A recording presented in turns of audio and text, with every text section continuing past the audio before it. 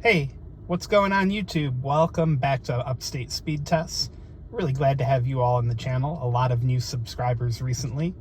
This macro tower on the hill here, the tower itself was built in the 90s, has almost everybody up there, I think. We've got Dish on the bottom, T-Mobile, AT&T, and Verizon on top. And this tower, for a long time, was actually the only tower in this general vicinity, but there's a lot of other ones now. And we're here in the grocery store parking lot. So today we're going to find out which provider is a rotten tomato by running speed tests. So we're connected to Verizon, and looks like our primary carrier here is band 6610 megahertz. Let's go to connection status. There is no 5G on this site. LTE by band, band 71. Okay, so it's not displaying accurate information. Anyway, I just thought I would try to show you guys what bands we were on, but it looks like it's not updating correctly. So forget that part. But anyway, let's run a speed test on Verizon. That was an earlier result.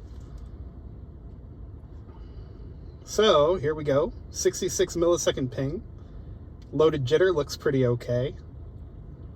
Looks like we're going to get about 55 on the down, maybe. Yep, 55 on the down. Loaded ping time, not great. It looked good in the beginning, but then it got worse. 7 millisecond jitter. And it looks like we're going to finish in the 20s on the upside. So obviously we're not connected to band 2 because band 2 in this area produces much better upload speeds as it's a 20 megahertz wide channel. Give me a second, I'm going to switch over to T-Mobile and we'll give them a shot. All right, we're switched over to T-Mobile. Of course, T-Mobile running their N41 ultra capacity, 5G, 39 millisecond ping. And we're going to push over 400 down, maybe not. All right, close to 400 on the down. And about 45 on the up, almost. So one thing to keep in mind about T-Mobile is they do have a sector up there, but I think it's pointed a little bit slightly to the left, so we may not be getting the full shabam. Same thing with Verizon. Their top rack actually points that way. It used to point down here, until a tower was added to the roof of those former IBM buildings just beyond line of sight here. So anyway, yeah, T-Mobile, 395 on the down, 44 on the up, and the ping times look pretty good. So let's switch over to Boost Infinite, which of course is running on AT&T in this area.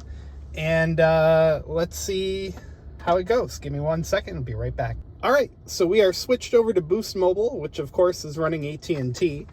AT&T is just above Dish Network on the tower there, and oddly enough, it's a 2-sector site for AT&T. They have one sector pointed north and one sector pointed south, but nothing pointed to the west.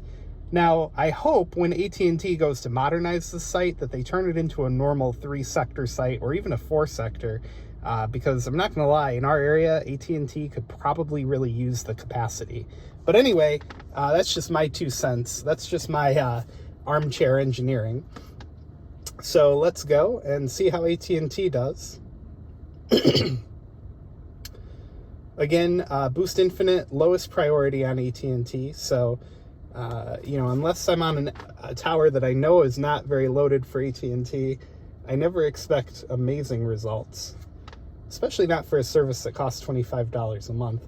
I'm actually more hyped to see what Dish can do itself once they get Infinite switched over to their native network. That'll be more impressive. All right, so 35.4 on the down, 38 on the up. You know what? Let's run it one more time just because maybe it'll do better if the modem has a few more seconds to acclimate.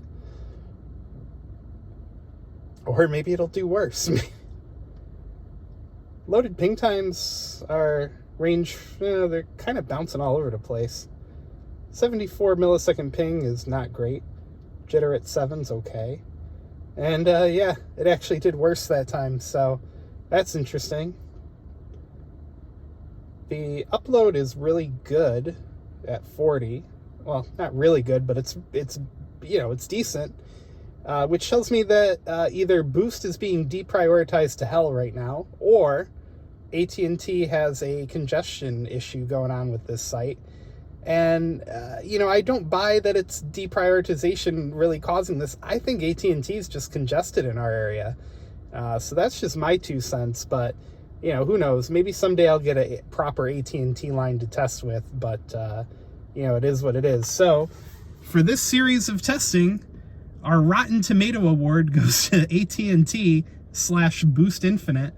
If you guys like the video, be sure to give it a thumbs up and click subscribe down below.